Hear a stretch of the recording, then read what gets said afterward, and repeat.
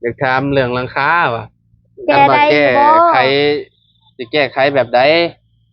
ตัวเก่านี่ตัวเก่านี่แล้วตอนเล็กตะปูเก่าออกแล้วก็เฮ็ดแนวใดขยับใหม่บ่ แล้วก็เลยเอาลูกตะปูออกมาไม่ได้ใช้ยางตัดยางเอา ตัดยาง ตัดยางแบบเอามือแล้วตัดยางตอนใช้ตะปูนี่ที่ว่าเอา3 ล้าน3 ล้าน ยากแค่นี่เลย มึงแน่น้องใส่3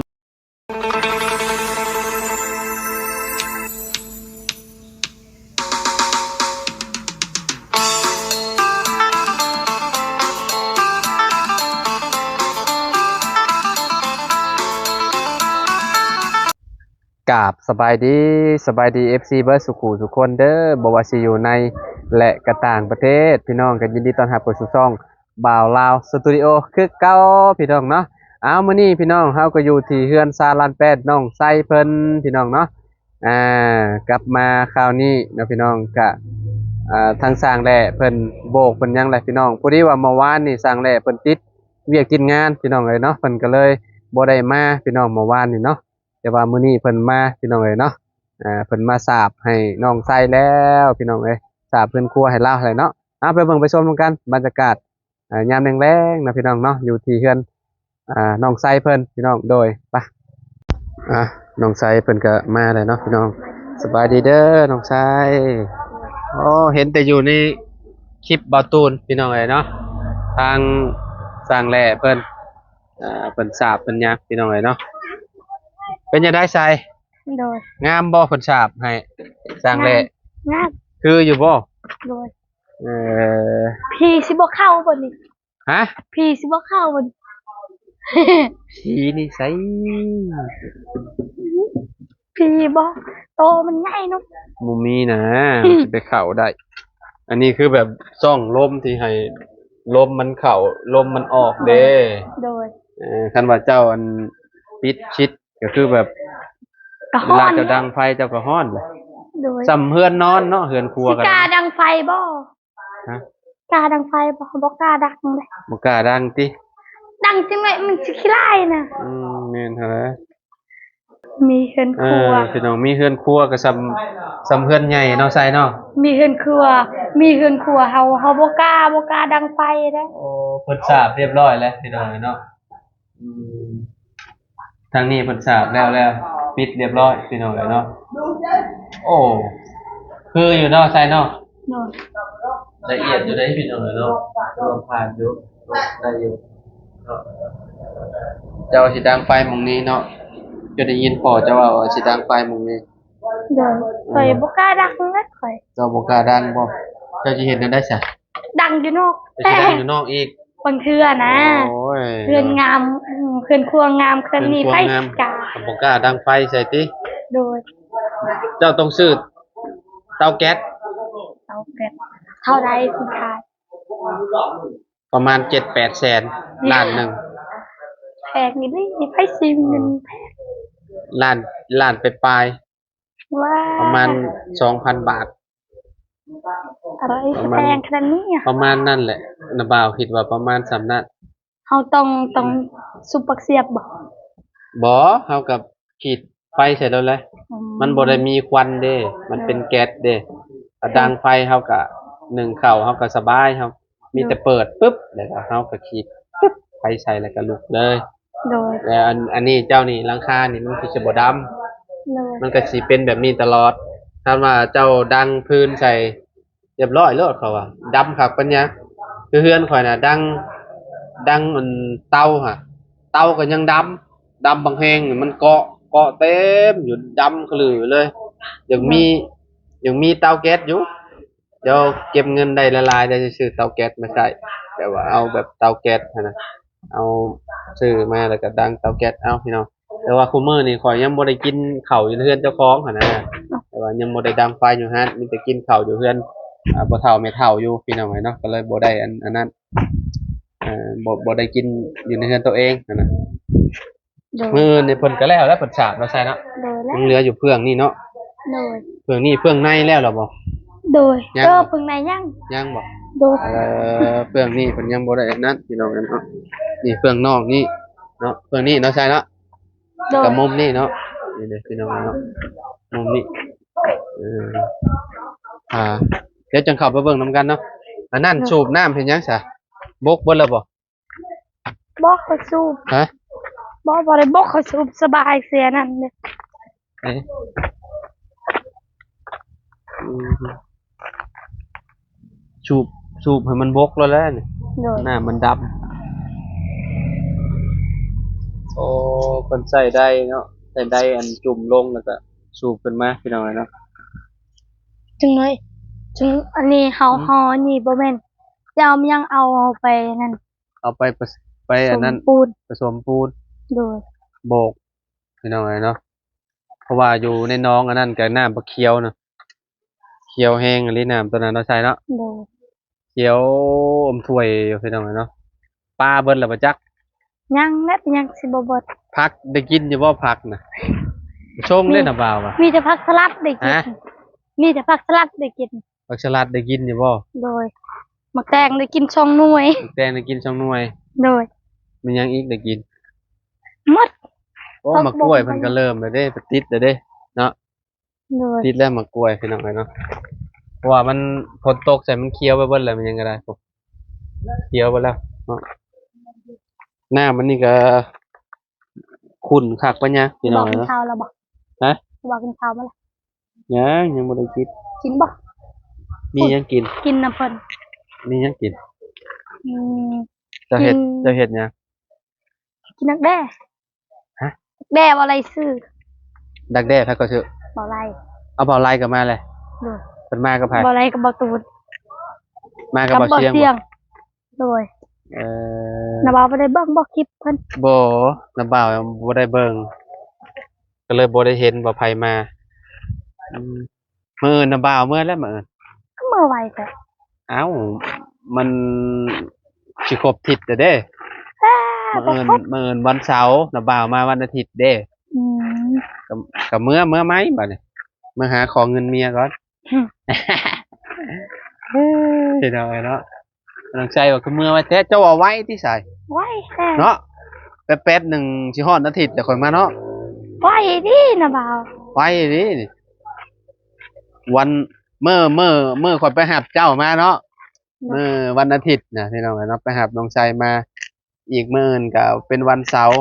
ก็ถ้าเฮาเมื่ออยู่บ้านก็วันอาทิตย์พอดีพี่น้องก็บ่ฮู้ว่าสิเมื่อจักมื้อรถข่อยน่ะไปเปลี่ยนซินมาก็ยังซึมคือเก่าพี่น้องโอ้ยสร้างเฮ็ดบ่ดีบ่หรือแนวใดเนาะสิได้เข้าศูนย์อีกแล้วอันนี้บ่ดีนะสร้างเฮ็ดนี่มันประมาณ โดย เนาะเจ้ากินแล้วข้าวซะใช่ โดยกินแล้ว กินกับบักแด้บ่ ก็เขากินกับ อันนั้นกินกับผักกะหล่ำปี อืมเจ้าเซ็งบางเฮียนแล้ว เนี่ย วันที่เท่าใด มีซอสเซ็กมันยังบ่พูดเถื่อจักสิมา อ่านหนั ได้ งสือเป็นจักโตล่ะ บ่ได้เป็นปานใด ฮะ บ่ได้เป็น บ่ได้เป็นโอ้ต้องหัดให้มันเป็นเด้อ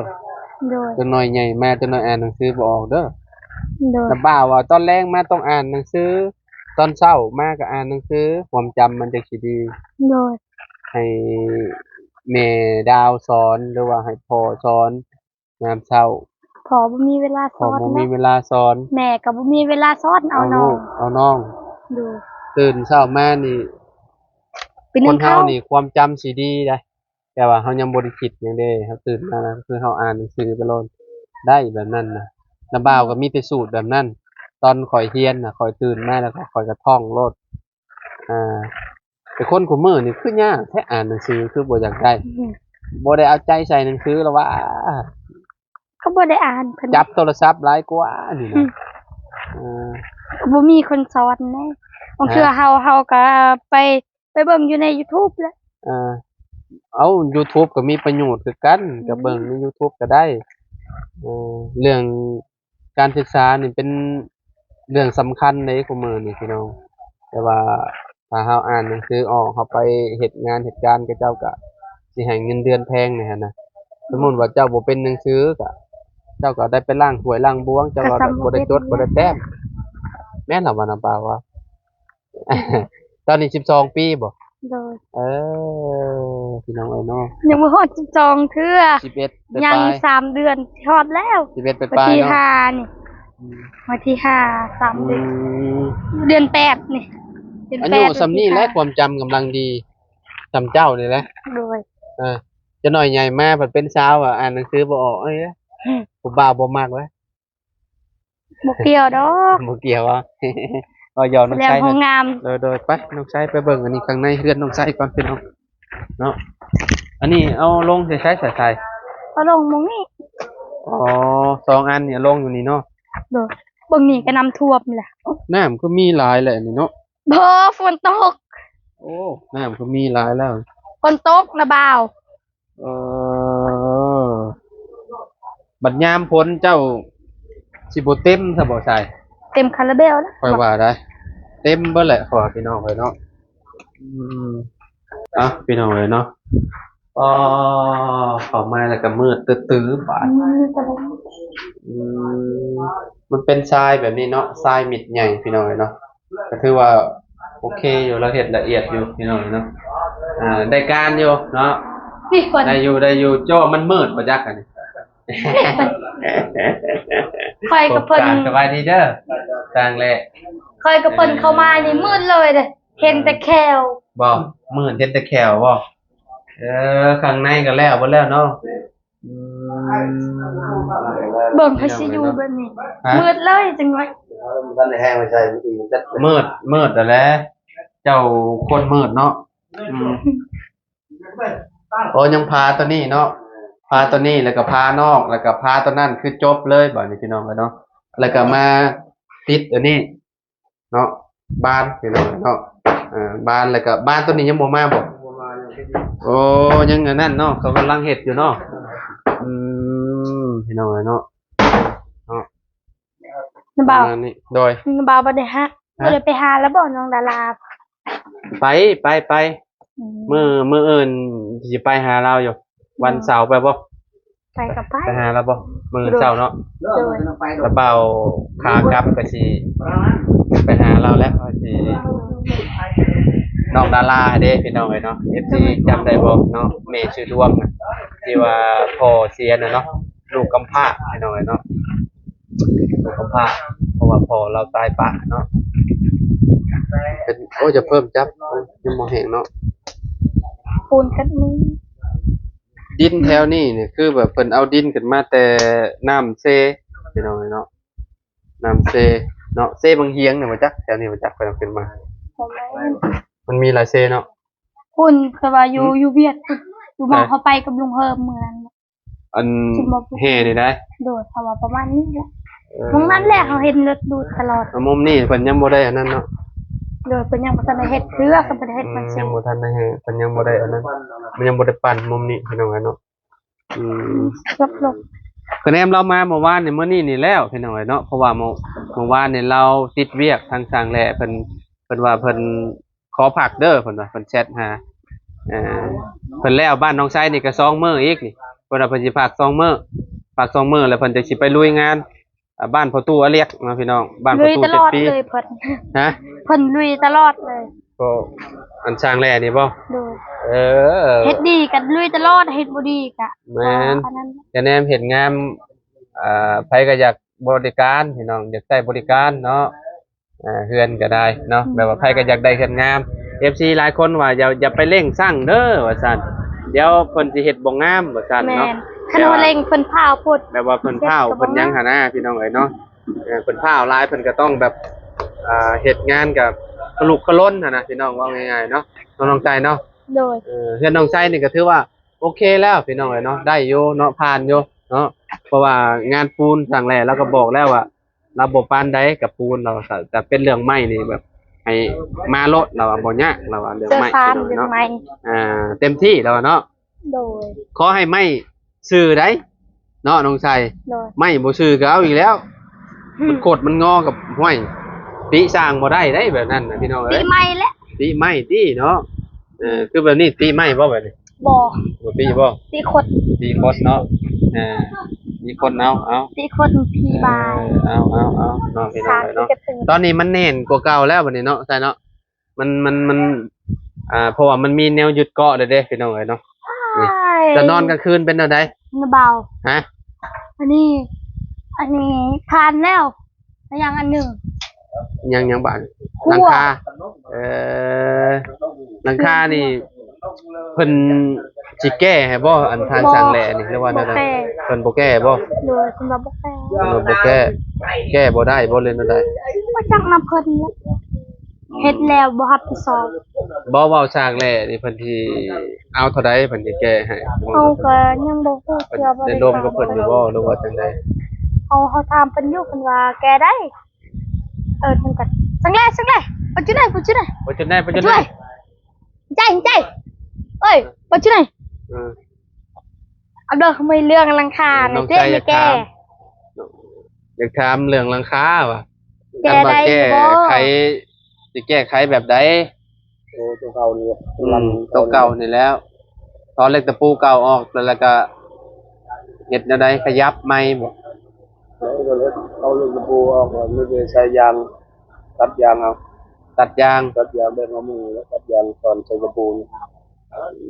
เลย เอาคือว่ายางกวบตะปูก็มีบ่แม่น บ่มี อันนี้บ่ได้มีบ่ บ่มีก็บ่ได้ใช้ ตัวนี้บ่มีบ่ แม่นเอาเฮ็ดเอา อ๋อ บ่ว่ารุ่นนั้นในรุ่นนั้น มีแต่ชื่อมันมีอยู่อันตะปูกวบน่ะ มีรู้แต่ว่าบ่ซื้อ ลูกตัวห้องมันน่ะมันมีอยู่ไดต่าง รุ่นนี้บ่มี บ่มีบ่ตัวต่อกันนี่น่ะ แม่นแต่เอาเฮ็ดเอา ตัวเจ้าเอามาตอกนี่มีบ่ซะ บ่มี บ่มีคือกัน แต่เพิ่นใส่ยาก ตัดยางเอายางไปไหนรถใหญ่ อืม ตัดทำบ่มือ คือ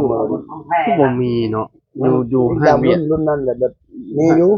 มีคุกมีหยังเด้เนาะว่าสมมุติว่าแก้นี่ต้องเอาน้ำเพิ่นเท่าใดสมมุติว่าแก้เฮือนให้น้องชัยราคา มาคือที่ว่าเอา3 ล้าน 3 ล้าน ยากแค่นี่เลย มึงได้น้องชัย3 ล้านกีบเด้อเด้100กับ